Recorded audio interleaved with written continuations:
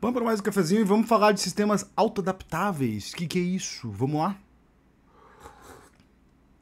Bom, voltando aos cafezinhos técnicos aqui, porque eu quero fazer cafezinho técnico. Eu falei pra vocês que eu ia fazer até cafezinho técnico, que eu ia falar mais de Kafka e Java, mas eu tô de férias, eu tô de férias do trabalho, né? Acabei de voltar de viagem, tô escrevendo ali a minha dissertação de mestrado para poder qualificar aí no primeiro semestre, né? E eu tava em dúvida, o que eu falo, o que eu falo, o que eu falo. Eu ia, pô, por que eu não falo do que eu tô lendo, né? Tô lendo bastante nos últimos dias aí. E, assim, são poucas as referências que eu achei, referências muito boas e referências muito condensadas, né? E é de sistemas autoadaptáveis. Você deve estar pensando, pô, que é um sistema autoadaptável? Que porcaria é essa? E como eu posso tomar proveito disso pro meu software do dia a dia. Então, vamos lá. Isso aí vem direto da tese de mestrado da dissertação de mestrado de Vitor Osório e vem também de um capítulo de um livro que eu li há alguns semanas atrás, chamada A Engenharia de Software de Sistemas Adaptáveis, um tour organizado e futuros desafios, né?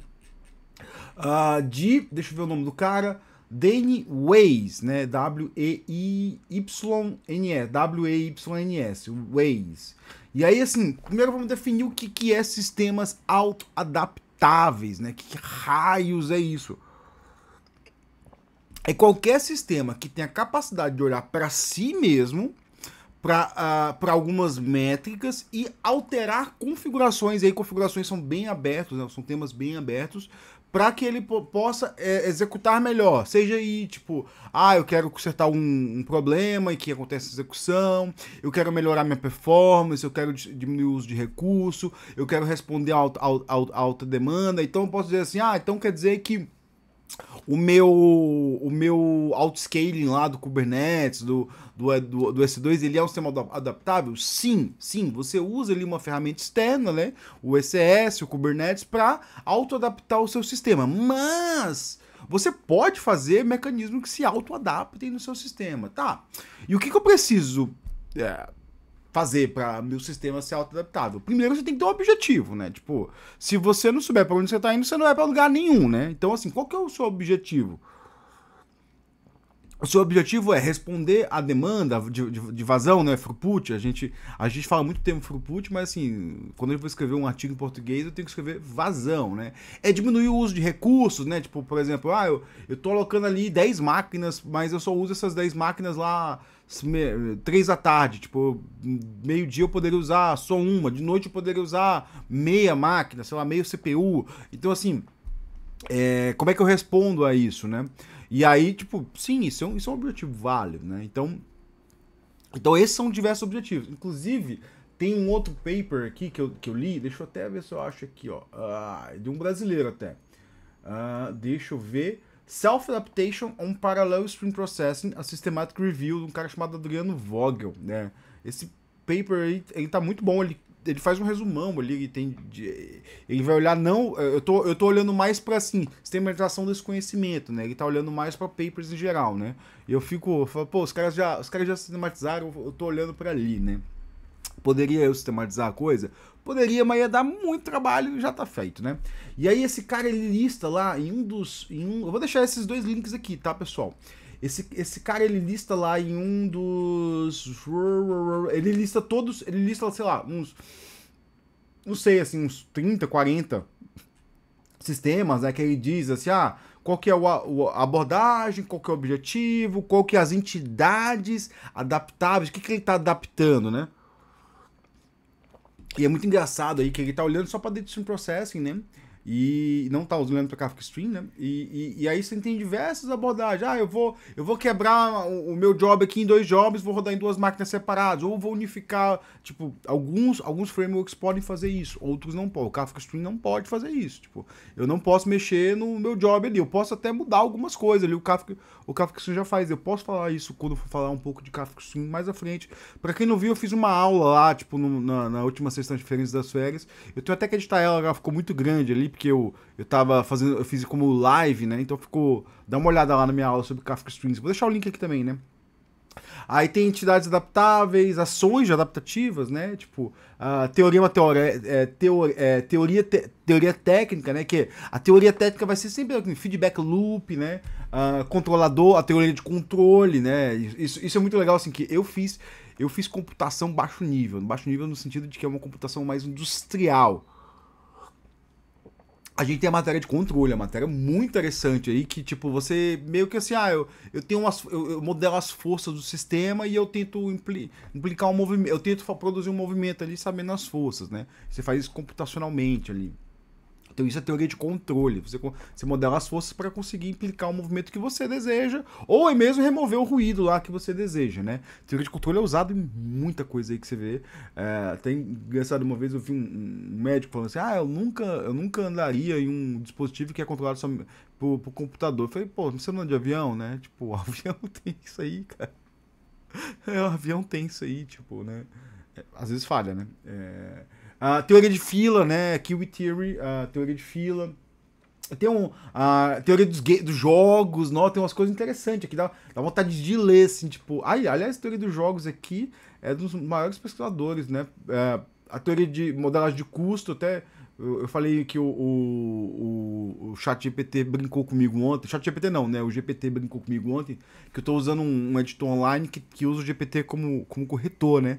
E aí eu tinha várias mudanças numa frase, eu apertei. Quando eu vi, né? Ele tinha mudado. Deixa eu até falar aqui, né? Deixa eu voltar. Modelagem de custo para modelagem e custo, que muda totalmente a teoria, né? E aí ele continua a abordagem de realização da ferramenta, framework e ambiente de execução. E aí ele coloca aqui, ó, deixa eu ver, 1, 2, 3, 4, 5, 6, 7 tipos de objetivos. Eu vou falar esses objetivos aí, se você achar que um deles é válido para você, pode ser que você implemente um sistema aí, e fala assim, ó, vamos implementar uma abordagem aqui de autoadaptação no nosso sistema, né? O primeiro deles é vazão, né? Vazão quando você quer maximizar a vazão.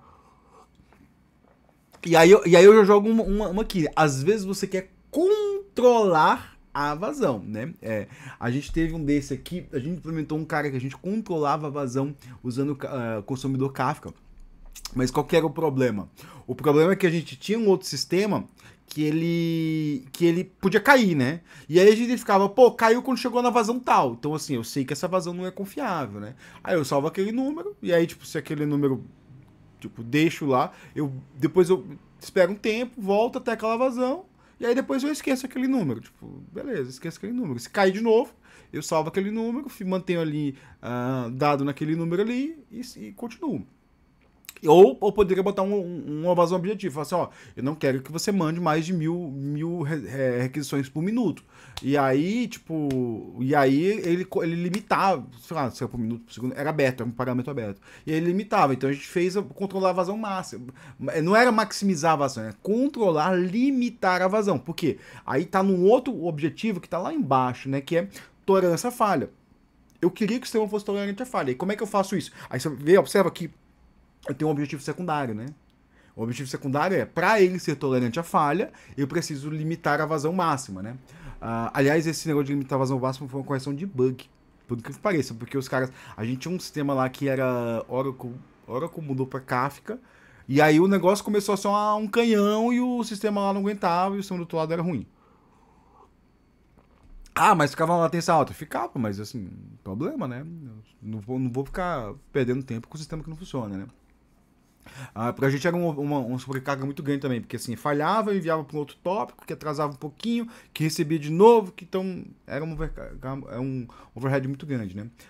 Latência, né? Um outro objetivo, eu quero minimizar a latência. Então, se eu quero minimizar a latência, o que eu tenho que fazer para minimizar a latência? Eu tenho que ajustar uns dois parâmetros, eu tenho que botar uma thread a mais, eu tenho que iniciar um novo processo para botar em paralelo, eu tenho que otimizar Porque, para e pensa assim, né? Quando você cria... Isso muita gente não pensa, né? Quando você cria um índice numa tabela, né? Você adiciona espaço de memória, de memória de disco, né? Ninguém pensa nisso às vezes, né? Então, quando você adiciona um índice, você diminui a latência. Então, você tá otimizando o sistema ali, né? Maximizar, limitar, otimizar o uso de recurso. Que eu tava falando, eu quero usar... Teve um cara aqui... um cliente nosso que falou, olha, a gente tem tal sistema, a gente só vai usar 2 CPU, a gente não vai gastar mais de 2 CPU com esse cara. Mas assim, a gente não tá conseguindo. E a gente teve que fazer uma otimização lá de flush, né, no negócio, porque o que acontecia? Durante o flush, a gente usava calhamar, assim, a gente tinha problemas de performance durante o flush, porque a gente imaginava que tinha recursos infinitos, né? Aí a gente falou pro cara, ó, o flush vai demorar. Se você usar esse tema aqui, o flush vai demorar. A gente fez uma conta lá, o flush vai demorar 4 horas. Ele falou assim: tá bom, então eu vou botar pra demorar 12. Tipo, ele não precisava de recurso para aquilo. É por quê? Porque ele era um Kafka Stream, ele precisava o quê? Quando, assim, dá um básico do Kafka Stream que eu devo ter falado lá na minha aula, né? Se eu quero fazer o flush, eu vou impactar aonde? Eu vou impactar no consumo das memórias. Então, assim, se eu uso muito recurso para flush, às vezes eu aumento a taxa de processamento, né? E aí tem alguns problemas aí, né? Problemas diversos, né? Então, para evitar, ele queria o quê? Ele queria aumentar a tolerância à falha e, tipo, evitar latência de processamento, né? Que ele contava a latência como a hora que ele processou a mensagem, não a hora como ele enviou. Isso tem quem usa Kafka Stream tem diversas formas de ver isso, né? De calcular a latência. É muito engraçado que o cliente define, a minha latência eu calculo assim, aí ele calcula da forma que ele quer, né? Uso de recursos, né? Que você pode maximizar, limitar ou otimizar, né? Buffering, limitar ou minimizar. É engraçado que buffering implica em memória, né? Porque o que é o buffering? O buffering, eu faço um buffer de memória para processar aquilo, né? Então, assim, se eu quero limitar aquele buffering, o que eu faço? Né? Ou se eu quero minimizar o buffer, eu quero usar o mínimo de memória possível, o que eu faço, né? Então, assim, você vai poder... você vai fazer um sistema que vai controlar isso, né? E aí tem um interessante, que é reduzir custo, né? Tipo, aquele que eu tava falando lá do cara que queria reduzir o número de recursos, ele queria reduzir custo. No final ele queria reduzir custo. O quê? Ele tava olhando o quê? Ele estava olhando pro cluster dele e estava olhando assim, olha, eu quero reduzir o custo desse cluster, não quero ficar alocando tantas máquinas, eu quero reduzir uma máquina, quero reduzir o número de CPU, quero reduzir o número de memória, então... E aí ele via que, tipo, não, esse cara aqui, ó, eu tô dando 10 GB para ele de memória, mas assim, eu uso 4 GB o dia todo, só meia-noite eu uso 10 GB, né? Então, assim, eu quero reduzir isso aqui. E aí, vamos, aí tipo, conseguir otimizar aquele cara, né? Tolerância a falhas, que eu já falei, eu quero que o meu sistema falhe menos, de falhar, né? Não falei de falar. Então fale menos, então eu vou fazer alguma coisa lá, seja assim, eu vou aumentar um timeout automaticamente. Então a gente fez isso aí. Uma vez no sistema de 5G, né? A gente fez uma demo lá. 5G tem um cara chamado Slicing. A gente provou que, ó, a gente pode olhar a latência, né? E fazer um slice aqui para ver, tipo, a gente fez uma POC aí lá em 2020, né? Para mostrar que dá para fazer isso aí com automaticamente com a infra de 5G. E o balanceamento de carga, né? Tipo, eu quero que a carga seja mais balanceada. Então, sei lá, vou mudar a função de particionamento aqui, vou mudar não sei o que, vou mudar a forma que eu balanceio, sei lá o que eu vou fazer. Então, balanceamento de carga aqui pode ser uma forma que você pode auto-adaptar seu sistema. Como faz, muitas vezes eu não sei, tem que olhar os algoritmos aqui, né? Então, isso aqui são os objetivos que existem, né?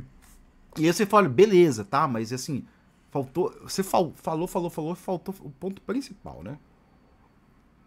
Então vamos lá, acabou meu cafezinho e vou falar até agora do ponto principal. Eu vou até voltar aqui no artigo, né? No capítulo é um capítulo de um livro, né? E ele tem um ponto principal que, assim, ele fala assim, como é que funciona a adaptação? A adaptação ela sempre funciona no loop, né? Eu tô monitorando o sistema, então, assim, o seu sistema tem que ter métricas.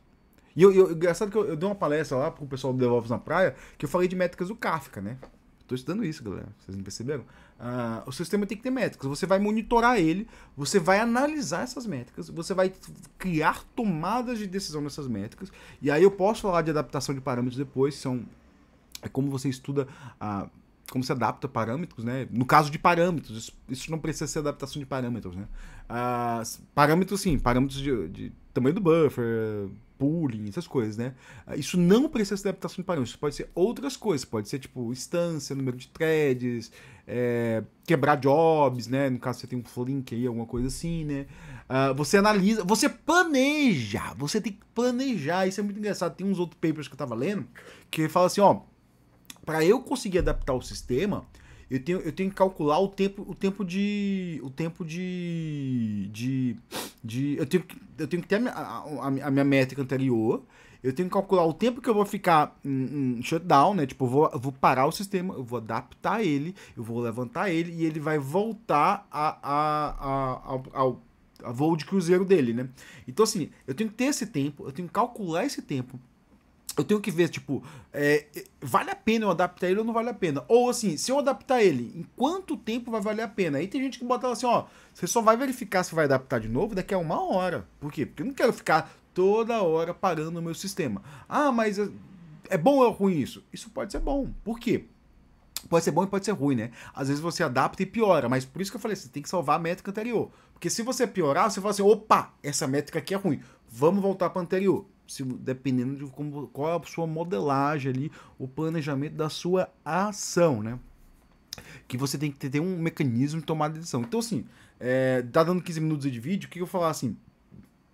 Sistemas autoadaptativos são complexos, eles são muito bons porque você não precisa ficar olhando para ele o tempo todo, né? Então, assim, eu já vi gente que falava assim, eu tenho 10 engenheiros que ficam olhando pro meu dashboard para ver se o sistema tá de pé.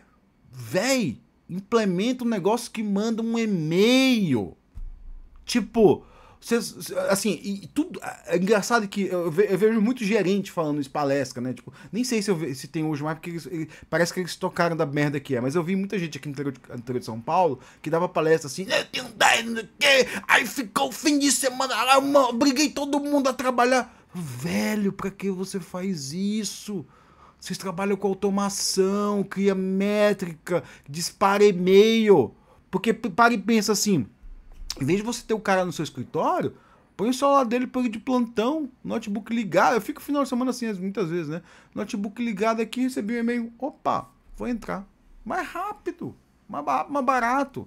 Tipo, e aí você tá só avisando o cara. E se você tiver um mecanismo de, pô, o sistema caiu, reinicia aquela máquina lá, pô. Você vai gastar o quê? Você vai gastar o quê? 10 minutos? No máximo. E para fazer isso, demora quanto? 2, 3 dias? 4 dias? 1 semana? 2 semanas? Então, né? Qual o custo disso? É mais barato você fazer esse negócio aí do que você ficar um engenheiro o final de semana todo lá, olhando. Então é isso, pessoal, assim. Mecanismos alternativos são bem legais, né? Eu estou estudando isso, então é um tema bem complexo, é um tema bem interessante, né? E eu espero que você implemente aí, que isso te ajude de alguma forma a melhorar os seus sistemas em produções e que você ganhe alguma coisa com isso aí. Valeu, pessoal, bom dia para vocês.